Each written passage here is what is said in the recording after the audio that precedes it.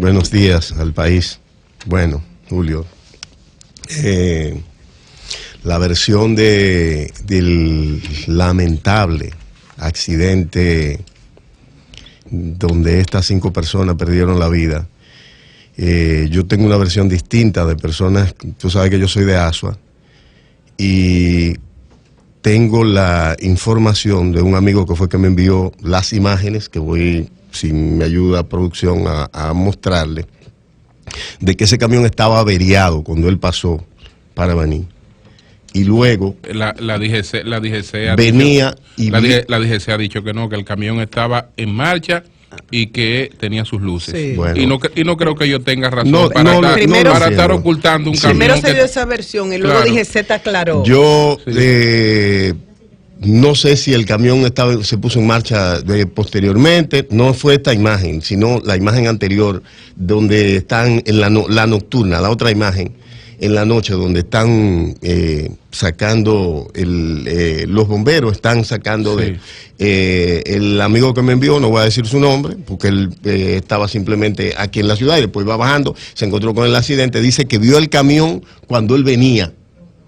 Esa versión yo la tengo de esa persona y que escucha el programa y sabe que esto es así.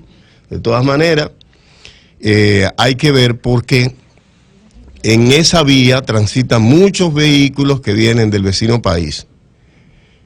Sin luces, hablamos en la noche, y yo me he encontrado con varios, porque mi familia, mi madre vive allá, yo tengo que visitarlos regularmente, y vehículos incluso modificados, algunos con unos hierros mucho más anchos que lo normal, y uno se pregunta si esos vehículos disponen del seguro del lugar y de la inspección del lugar, porque muchas veces están así mismo quedados en la ruta que va hacia el vecino país.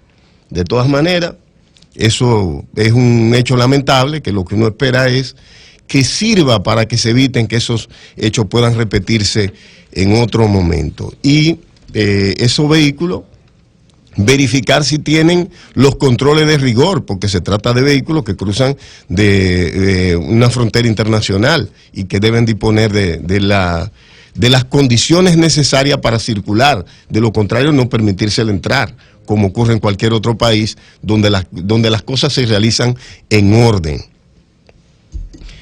Hay varios temas que quiero manejar breve, aparte de este hecho, que quiero y ojalá sirva para que tomemos algunas medidas que pueda mejorar la seguridad vial en la República Dominicana, que es uno de las razones de muerte inesperada que nos tiene a todos los dominicanos en zozobra, igual que la delincuencia. Quiero referirme también al tema de los médicos, de la decisión de las sociedades especializadas. Señores, yo creo que aquí se aprobaron 2 leyes bastante buenas en el 2001. 2 leyes que nos han servido para incluso protegernos contra el desorden gerencial y administrativo de la administración gubernamental.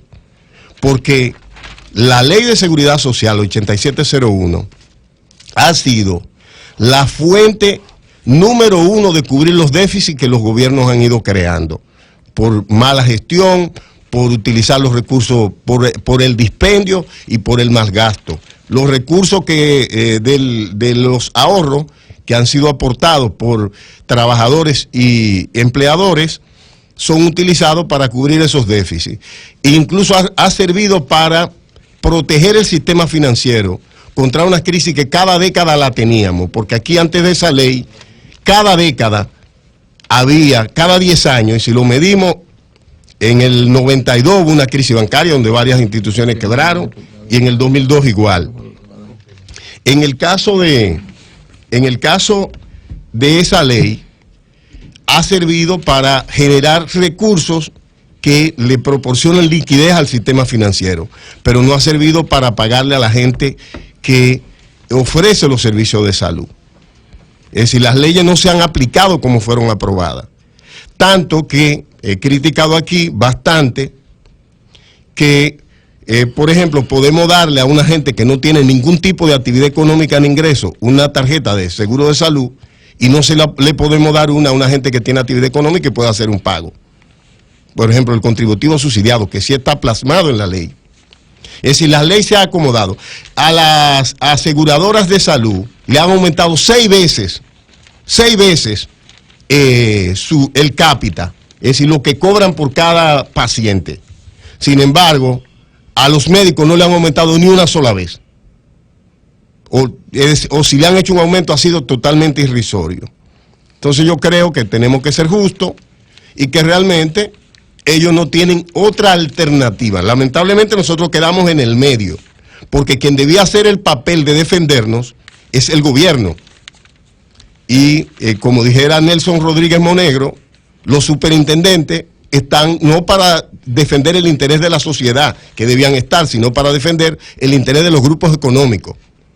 Entonces, el que no tiene fuerza aquí, definitivamente la clase media, estamos como el queso en el sándwich, exprimido arriba y abajo, o como la arepa, candela por arriba y por abajo. Entonces no hay forma de que se busque una solución a ese problema. Como me dijera el doctor Daniel Guzmán, las leyes fueron aprobadas, si hubieran sido aplicadas como se aprobó, como plantea la ley, si la ley se cumple, tuviéramos seguro de salud y tuviéramos garantía del retiro. Sin embargo, las leyes se han aplicado a según, como dice Anibelca. Y la Constitución garantiza la salud, la ley garantiza la salud, pero los funcionarios ni los gobiernos no. Los gobiernos no la garantizan. ¿Por qué? Porque no la aplican como se debe aplicar. Porque todo es medalaganario. Y saliéndonos un poco del ámbito local a lo internacional, señores, esa situación en Venezuela de hoy es un punto de no retorno. A partir de hoy, Venezuela tendrá una realidad totalmente distinta. Leopoldo López fue indultado por el presidente de la Asamblea Nacional, o presidente encargado según declaración de la Asamblea Nacional, y definitivamente el ilegítimo régimen de Maduro sigue controlando la mayor parte del poder en Venezuela. Esto traerá como consecuencia una confrontación que ya va a cambiar de los pacíficos que han sido los choques y con alguna conato de violencia a una realidad que nosotros lo que esperamos es que pueda superarse sin una gran tragedia en ese país.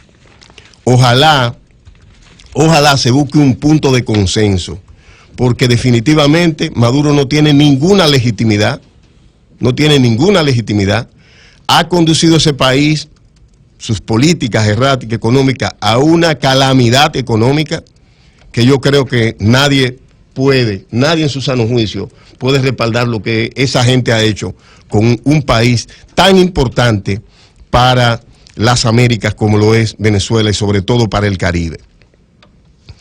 Y en la parte final, Julio, de mi comentario, como hablé de Venezuela, como hablé de España y del proceso español en el último programa que estuvimos, que fue el del viernes pasado, yo quiero hacer un análisis breve que espero que les sirva a los políticos de la República Dominicana.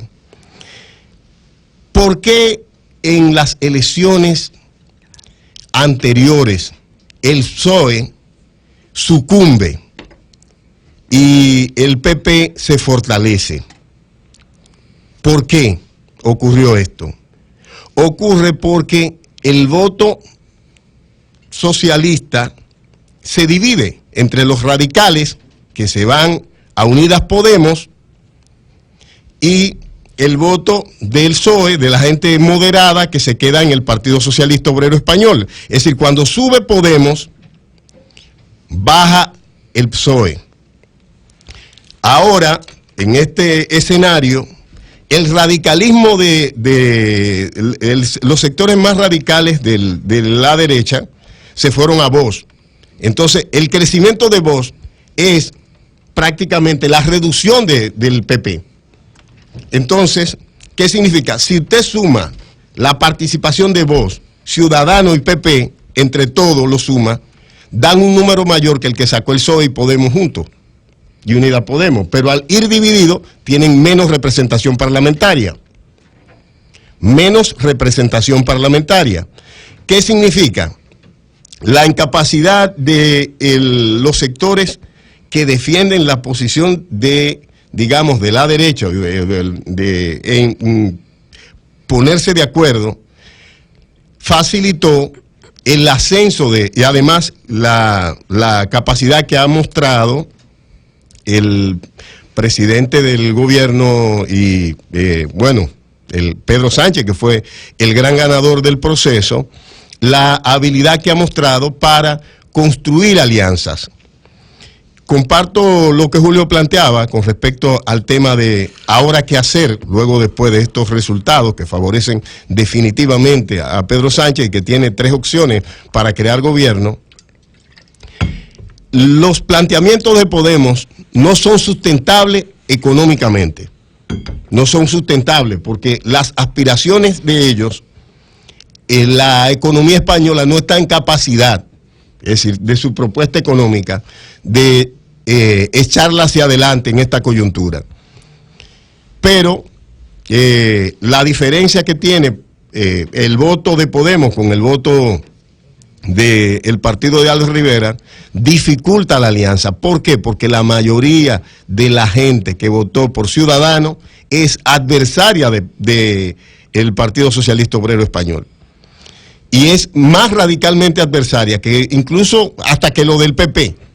Hasta que lo del PP. Es decir, la opción, yo no descartaría incluso una alianza entre los dos tradicionales, como ocurrió aquí en el PRD-PLD, es decir, que sería una alianza entre PP y Pedro Sánchez, que ha mostrado tener capacidad para cambiar, es decir, mutar fácilmente, porque él logró el apoyo de Ciudadanos para poder gobernar como gobernó en minoría, y el apoyo también de Unidos Podemos y de sectores independentistas. En este caso tiene la encrucijada, primero, de que si se entiende con los independentistas, tiene que ser sobre la base de cederle en intereses que se contraponen al interés del Estado español.